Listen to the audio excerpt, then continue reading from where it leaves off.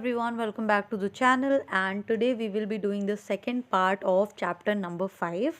इससे पहले के पार्ट में हमने देखा था कि कौन कौन से मेथड यूज़ करके हम चीज़ों को सेपरेट कर सकते थे। वहाँ पर हमने हैंड पिकिंग देखा था, थ्रेशिंग देखा था, विनोइंग देखा था और आज हम देखने वाले हैं। देन हमने सेडिमेंटेशन, डिकैंटेशन भी देख लिया था, बस फिल्टरेशन बाकी था।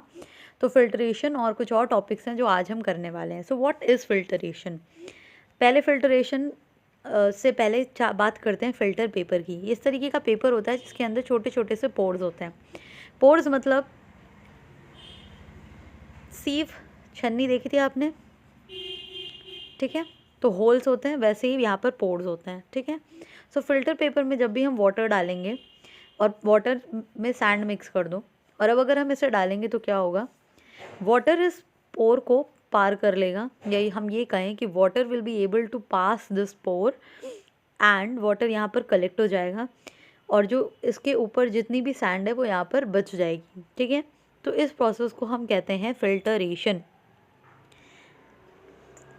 देखो यहाँ पर क्या हो रहा है, यहाँ पर एक फ़िल्टर पेपर से कोन बनाया जा रहा है, ठीक है? यहाँ पर हम कोन को रख रहे हैं और इसको क्या कर रहे हैं? फ़िल्टर कर रहे हैं।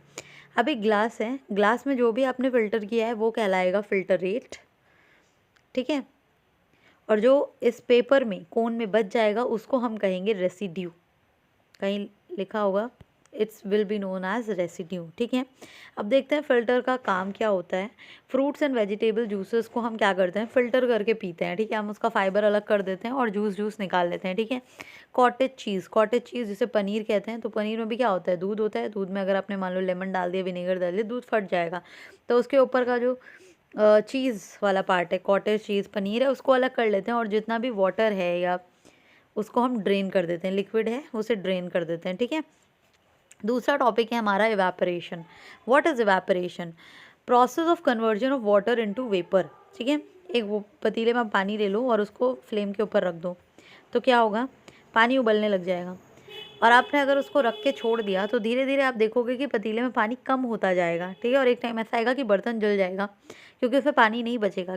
रीज़न क्या है? पानी गया कहाँ? तो पानी भाप बन के उड़ गया, ठीक है? तो इसी भाप को या गैस को, वाटर किस में कन्वर्ट हो गया? अपने गैसियस फॉर्म में। इसी को हम कहते हैं वेपर।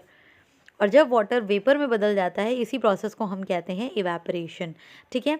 ये प्रोसेस जो है वो कंटिन्यूसली होता रहता है, ऐसा नहीं है कि नहीं होता है, ये हमेशा होता रहता है। आप छत पे पानी रख दो और पानी रख के चले जाओ, भूल जाओ। फिर जब आप आके पानी का चेक करोगे तो पानी में से कुछ अमाउंट इवेपोरेट हो चुका होगा, ठीक है? इवेपोरेशन को हम क्यों पढ़ रहे हैं यहाँ पे? इवेपोरेशन से एक बहुत इंपॉर्टेंट प्रोसेस के बारे में हम सीखेंगे कि कैसे हम समुद्र से नमक को निकालते हैं, ठीक है? तो हम क्या करते हैं, देखो इस तरह यहाँ पे पिट बनाई जाती है। जैसे पूरा समुद्र है, मान लो ये पूरा समुद्र का एरिया है, तो एक एरिया को हम वहाँ पे क्या कर देते हैं? We just create a boundary, और उस बाउंड्री को ऐसे उसमें जो समुद्र का पानी है वो लगातार इवेपोरेट होता रहता है, ठीक है? अब इवेपोरेट होगा तो यहाँ पर चीज़ें ये समझो कि जो वाटर है वो इवेपोरेट होता है, बट जो सॉल्ट है वो इवेपोरेट नहीं होता है। तो एक बार जब सारा वाटर इवेपोरेट हो जाएगा तो पीछे क्या बचेगा? सॉल्ट। तो इसी तरीके से हम नमक इकट्ठा करते हैं समुद्र के पानी से, ठीक है? और बाद में हम क्या करेंगे? इसको फ़िल्टर करके यूज़ कर सकते हैं। ये पूरा प्रोसेस है। The sea water is allowed to stand in the shallow pit. Shallow pit मतलब ज़्यादा गहरे गड्ढे नहीं होते हैं। वाटर सनलाइट से हीट होता है और धीरे धीरे वाटर वेपर में बदल जाता है। धीरे धीरे जब सारा वाटर उड़ जाएगा तो क्या बचेगा? सॉलिड सॉल्ट, ठीक है? Common salt is then obtain from this mixture of salt by further purification. ऐसा नहीं है कि यही नमक हम खाने लग जाएंगे, इसको प्योरीफाई करते हैं। Use of more than one method for separation. देखो ऐसी बहुत सारी एक्टिविटीज़ हैं जिसमें हम एक से ज़्यादा मेथड यूज़ करते हैं। अब ऐसा नहीं है कि हम जैसे अकेले हमने पढ़ा था खाना बनाने के टाइम हम क्या करते हैं? हम पहले उसको हाथ से हैंड पिकिंग से क्लीन करते हैं, फिर बाद में वॉशिंग से भी क्लीन करते हैं, जिसमें sedimentation, decantation and hand picking एक साथ यूज़ हो रहा है। और तो इसी तरह एक से ज़्यादा मेथड यूज़ किए जा सकते हैं। दूसरा टर्म है कंडेंसेशन। कंडेंसेशन क्या होता है? चलो बताते हैं क्या होता है कंडेंसेशन। यहाँ पर आप देख सकते हो एक केटल है जिसमें पानी गर्म हो रहा है, ठीक है? पानी अब गर्म हो रहा है, भाप बन रहा है। इसका मतलब यहाँ पर कौन सा प्रोसेस चल रहा है? इवेपोरेशन चल रहा है। लेकिन ये प्लेट जिसके ऊपर बर्फ़ रखी हुई है, बर्फ़ से क्या होगा? ये प्लेट का तापमान यानी कि टेम्परेचर बहुत ज़्यादा ठंडा होगा। या नहीं भी ठंडा होगा, अगर आप नॉर्मल भी प्लेट रखोगे तो भी इस केटल के कंपैरिजन में उस प्लेट का तापमान ठंडा होगा। तो जैसे ही ये जो भाप है, ये जो गैस है, पानी पानी किस फॉर्म में कन्वर्ट हो गया, गैस के फॉर्म में, जैसे ही इस प्लेट से टकराएगी ये वापस से पानी की बूंदें यानी कि वाटर ड्रॉपलेट्स बन जाएंगी। तो और इस प्रोसेस को हम कहते हैं कंडेंसेशन। मतलब जब वाटर गैस बन रहा है तो वो इवेपोरेशन, और जब वाटर वापस से लिक्विड बन रहा है, ड्रॉप बन रहा है, तो उसको हम कहते हैं कंडेंसेशन। आई होप इतना आपको समझ में आ गया होगा। ठीक है, चाहो तो पढ़ सकते हो। The process of conversion of water vapour into its liquid form is called condensation. हमने पढ़ा है वाटर तीनों ही फॉर्म में क्या हो सकता है, पाया जाता है, सॉलिड, लिक्विड, गैस। ठीक है, अब हम बात करते हैं सैचुरेटेड सब्सटेंस की या सैचुरेटेड सोल्यूशन की। उससे पहले हम बात कर लेते हैं what do you mean by solution. ठीक है, ठीक है, और ग्लास में ले लो पानी थोड़ा सा। तो ये जो पानी है ये अपने अंदर चीज़ों को डिज़ोल्व करेगा, तो इसको हम कहेंगे सॉल्वेंट। ठीक है, और इसके ऊपर से अब आप डाल लो शुगर, शुगर डाल लो, सॉल्ट डाल लो, कुछ और भी डालोगे तो ये कहलाएगा हमारा सल्यूट। क्या कहलाएगा, सॉल्यूट। इतना याद रखो, सॉल्यूट को कम अमाउंट में यूज़ करते हैं, सॉल्वेंट ज़्यादा अमाउंट में यूज़ करते हैं। सॉल्वेंट में चीज़ें घुलती हैं और जो चीज़ें घुलती हैं उनको हम सल्यूट कहते हैं। तो solvent plus solute, solvent plus solute, दोनों मिलके क्या बना देता है, सॉल्यूशन। ठीक है, घर में जितनी भी चीज़ें आप शरबत बना रहे हो क्या है, सॉल्यूशन है। लेकिन अब हम सैचुरेटेड सॉल्यूशन की बात करते हैं।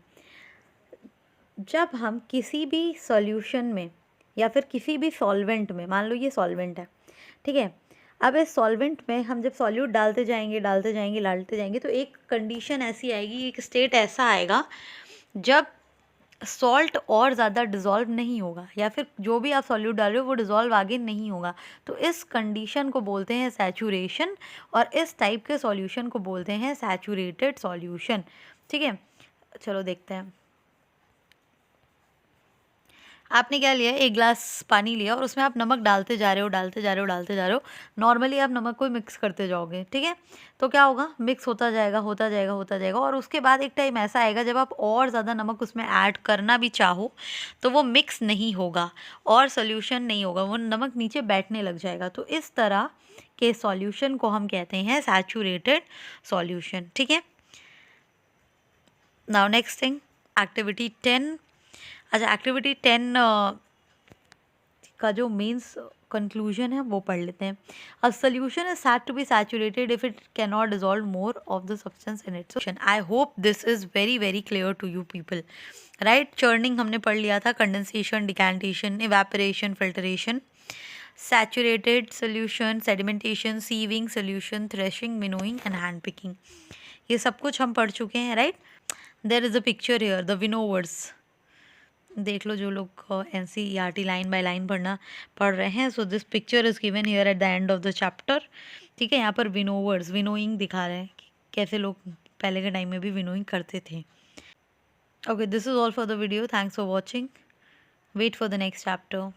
This is me Jyoti signing of.